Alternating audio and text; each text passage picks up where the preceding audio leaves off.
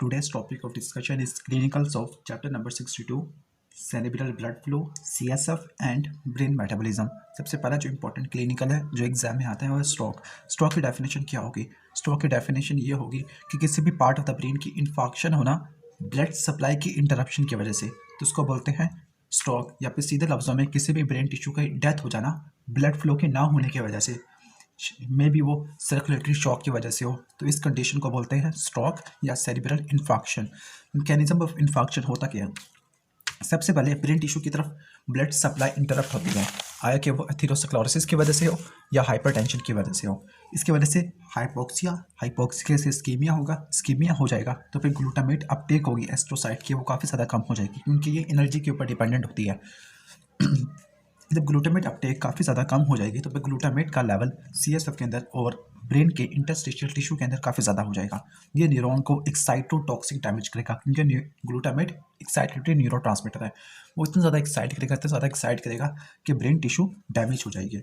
Stroke दो type का देखने को मिलता है, हेमरेजिक स्ट्रोक और इस्केमिक स्ट्रोक। हेमरेजिक का मतलब ब्लड वेसल फट गई जिसकी वजह से टिश्यू की तरफ ब्लड फ्लो काफ़ी ज़्यादा कम हो गया। इस्केमिक का मतलब एथेरोस्क्लेरोटिक प्लेग की वजह से ब्लड फ्लो टिश्यू की तरफ काफ़ी कम हो गया।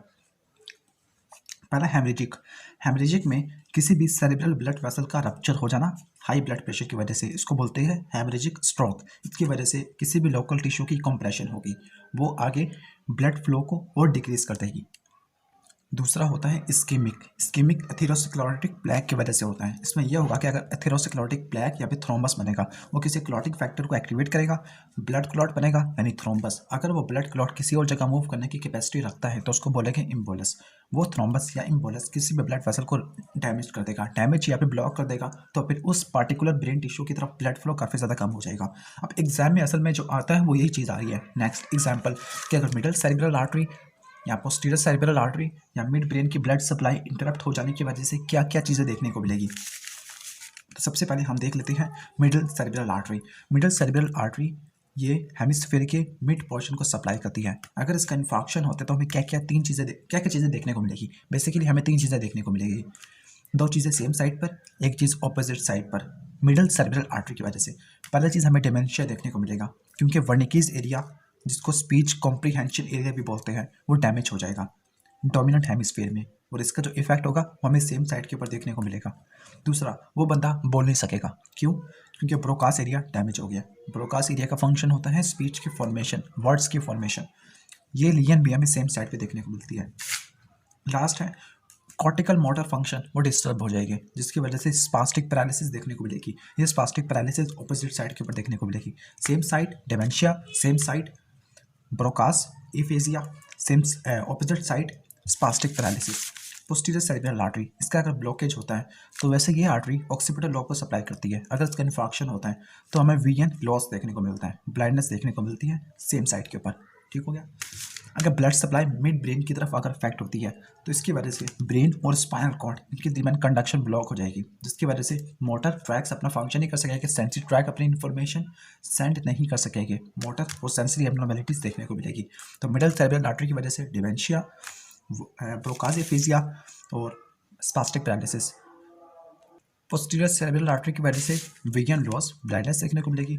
मिड ब्रेन के अगर डैमेज हो जाए तो हमें मोटर और सेंसरी एब्नॉर्मैलिटीज देखने को मिलेगी। इसके बाद देख लेते हैं changes in cerebral blood flow in disease. Cerebral blood flow को मेजर करने के लिए 2 टेक्निक यूज़ करते हैं। एक को बोलते हैं पॉजिट्रॉन इमेजिंग टोमोग्राफी, दूसरे को बोलते हैं functional magnetic resonance imaging. Epilepsy में ब्लड फ्लो में क्या चेंजेस नजर आएगी? अगर सीजन में ब्लड फ्लो एपिलेप्टिक फोकाई में काफ़ी ज़्यादा होगा क्योंकि सीजन में न्यूरॉन की एक्टिविटी काफ़ी ज़्यादा हो जाती है। तो during season blood flow increase in epileptic foci, लेकिन दूसरे पार्ट ऑफ द ब्रेन में जो सीजर नहीं काज कर रहे उनमें ब्लड फ्लो रिलेटिवली कम होगा। लेकिन सीजर के दरमियान जो एपिलेप्टिक फोकाई है इसमें ब्लड फ्लो कम होगा। तो फिर इस तरह हम डिफ्रेंशिएट कर सकते हैं एपिलेप्सी वाले पॉइंट को, जिसको बोलते हैं एपिलेप्टिक फोकाई। तो एपिलेप्टिक फोकाई में ब्लड फ्लो ज़्यादा कब होगा सीजन में, और सीजर के दरमियान ब्लड फ्लो कम हो जाएगा। एग्नोशिया कंडीशन के अंदर blood flow parieto occipital association area इसमें डिक्रीज हो जाएगा क्योंकि यहाँ पर वर्निकीज एरिया मौजूद होता है, ब्रोकास एरिया भी आ जाएगा। तीसरा है अल्जाइमर डिजीज़, इसको मैं जूम कर लूँ। अल्जाइमर डिजीज में यह होगा कि सुपीरियर पैराइटल कॉर्टेक्स में पहले, फिर टेम्पोरल कॉर्टेक्स में, फिर फ्रंटल कॉर्टेक्स में ब्लड फ्लो कम होता रहेगा। तो सबसे पहले एसपी में यानी superior parietal cortex, then come temporal cortex, then comes frontal cortex, इसमें ब्लड फ्लो कम होता रहेगा। सुपीरियर पैराइटल कॉर्टेक्स क्यों? क्योंकि यहाँ पे लर्निंग और मेमोरी की फॉर्मेशन भी होनी है। हंटिंगटन डिजीज में ब्लड फ्लो डिक्रीज होगा कॉर्डेट न्यूक्लियस में, क्योंकि हंटिंगटन डिजीज में कॉर्डेट न्यूक्लियस की डीजनरेशन देखने को मिलती है। इसके साथ मैनिक डिप्रेसिव डिसऑर्डर, इसमें ब्लड फ्लो कम होगा डिप्रेशन में। शिजोफ्रीनिया में ब्लड फ्लो कम होगा फ्रंटल में, टेम्पोरल लोब में और बेसल गैंग्लिया। इसको याद करने के लिए FTB। माइग्रेन में जो बायलैटरल डिक्रीज देखने को मिलता है ब्लड फ्लो में, स्टार्ट होता है ऑक्सीपिटल कॉर्टेक्स से, फिर वो माइग्रेट करता है टेम्पोरल और पेराइटल लोब। तो हमने 7 डिजीज का पढ़ा है, पर एपिलेप्सी में एपिलेप्टिक फोकाई, एग्नोसिया में पेराइटो ऑक्सीपिटल एसोसिएशन एरिया, अल्जाइमर में SP से T, फिर F में जाएगा, हंटिंगटन में कॉर्डेट, मैनिक डिप्रेसिव में डिप्रेशन में कम होगा, शिजोफ्रीनिया में FTB, फ्रंटल टेम्पोरल और बेसल गैंग्लिया, माइग्रेन में blood flow occipital cortex, then temporal, then parietal lobe. इसके बाद है ब्रेन एडिमा। ब्रेन एडिमा का कॉज यही होगा कि अगर कैपिलरी हाइड्रोस्टैटिक प्रेशर ज़्यादा होता है तो वो फ्लूइड इंटरस्टिशियल कंपार्टमेंट के अंदर लीक कर जाएगा, या फिर कैपिलरी वॉल में डैमेज होता है तो फिर फिल्ट्रेशन ज़्यादा हो जाएगी। दूसरा ये कि अगर ब्रेन कंकशन होती है, ब्रेन के टिश्यू डैमेज होते हैं, तो इसके साथ इसकी कैपिलरीज भी डैमेज होती है। जब कैपिलरीज डैमेज होगी तो उनका पोर साइज काफ़ी ज़्यादा हो जाएगा, जिसकी वजह से फ्लूइड की लीकेज ज़्यादा होगी, फिल्ट्रेशन ज़्यादा होगी। एडिमा के इफेक्ट क्या होते हैं? एडिमा के 2 इफेक्ट होते हैं। पहला, एडिमा वैसे जनरली एडिमा एक विशियस साइकिल को इनिशिएट करेगा, जिसके जरिए पहले एडिमा और एडिमा को बनाएगा, मोर एडिमा। तो एडिमा पॉजिटिव फीडबैक साइकिल के जरिए अपने इफेक्ट को और वर्स करेगा, अपने इफेक्ट को और सीवियर करेगा। कैसे? एडिमा सेरिब्रल वेसल्स को कंप्रेस करेगा, सेरिब्रल वेसल्स के कंप्रेशन की वजह से ब्लड फ्लो कम होगा, इस्कीमिया होगा तो फिर वेजोडाइलेशन होगी, वेजोडाइलेशन से कैपिलरी प्रेशर ज़्यादा हो जाएगा, एडिमा और ज़्यादा हो जाएगा। दूसरी तरफ ब्लड फ्लो कम हो गया तो फिर ऑक्सीजन सप्लाई कम होगी, वेजोडाइलेशन होगी, कैपिलरी की परमेबिलिटी ज़्यादा होगी, जिसकी वजह से एडिमा और ज़्यादा सीवियर हो जाएगा। इसका ट्रीटमेंट क्या है एडिमा का? ट्रीटमेंट एडिमा का यही है कि अगर इंट्रावेनस कंसनट्रेटेड मैनिटोल सोल्यूशन डाले तो वो ब्रेन के इंटरस्टिशियल कंपार्टमेंट से ज़्यादा फ्लूइड को खींच लेगा अपनी तरफ, प्लाज्मा की तरफ, जिसकी वजह से ज़्यादा फ्लूइड रिमूव हो जाएगा ब्रेन के इंटरस्टिशियल कंपार्टमेंट से। दूसरा तरीका है वेंट्रिकल नीडल पंक्चर। इसमें लैटरल वेंट्रिकल के अंदर नीडल पंक्चर करेंगे, जिसकी वजह से इंट्रासेरिब्रल प्रेशर काफ़ी ज़्यादा कम हो जाएगा। इस टेक्निक से हम ज़्यादा CSF को बाहर निकाल लेंगे ताकि प्रेशर कम हो जाए और एडिमा रिलीफ हो जाए। Next is hydrocephalus. हाइड्रोसेफलस का मतलब होता है abnormally increasing CSF volume in the cranial vault. Hydrocephalus का मतलब ये नहीं होता CSF का प्रेशर ज़्यादा होना, हाइड्रोसेफलस का मतलब होता है CSF वॉल्यूम ज़्यादा होना। अब हाइड्रोसेफलस यानी CSF का वॉल्यूम ज़्यादा होना, ज़्यादा CSF के साथ प्रेजेंट कर सकता है, ज़्यादा CSF प्रेशर के साथ या नॉर्मल CSF प्रेशर के साथ। अगर वो ज़्यादा CSF प्रेशर के साथ प्रेजेंट करे तो उसके क्या कॉज हो सकती है? या तो एबनॉर्मली इंक्रीज CSF, या फिर CSF की ब्लॉकेज हो गया किसी भी रास्ते में, या CSF की एब्सॉर्प्शन नहीं हो पा रही।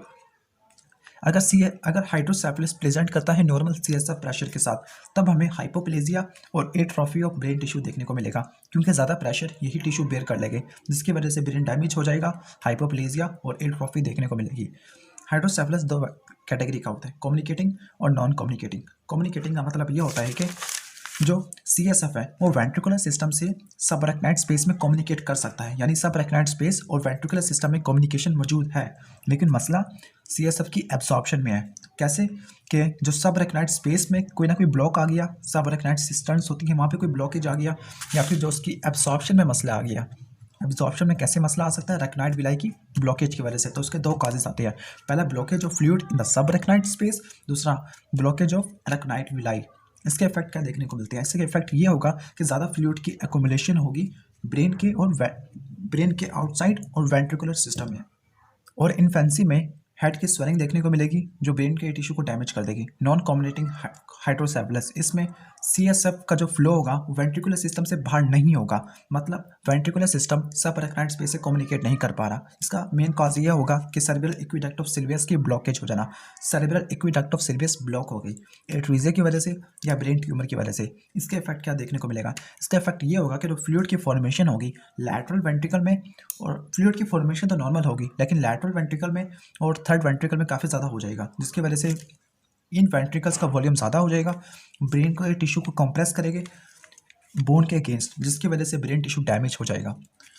क्या ट्रीटमेंट होता है इसका? ट्रीटमेंट ये होता है कि एक शंट डालते हैं जिसका नाम है वेंट्रिकुलो पेरिटोनियल शंट, जो वेंट्रिकल को शंट करता है किसके साथ? पेरिटोनियल कैविटी, जिसकी वजह से एक्सेस फ्लूइड वेंट्रिकल के वो पेरिटोनियल कैविटी में चला जाएगा। इस टेक्निक को बोलेंगे वेंट्रिकुलो पेरिटोनियल शंट। इसके बाद है causes of increase CSF pressure. CSF pressure ज़्यादा हो जाने की क्या क्या कॉजेज है?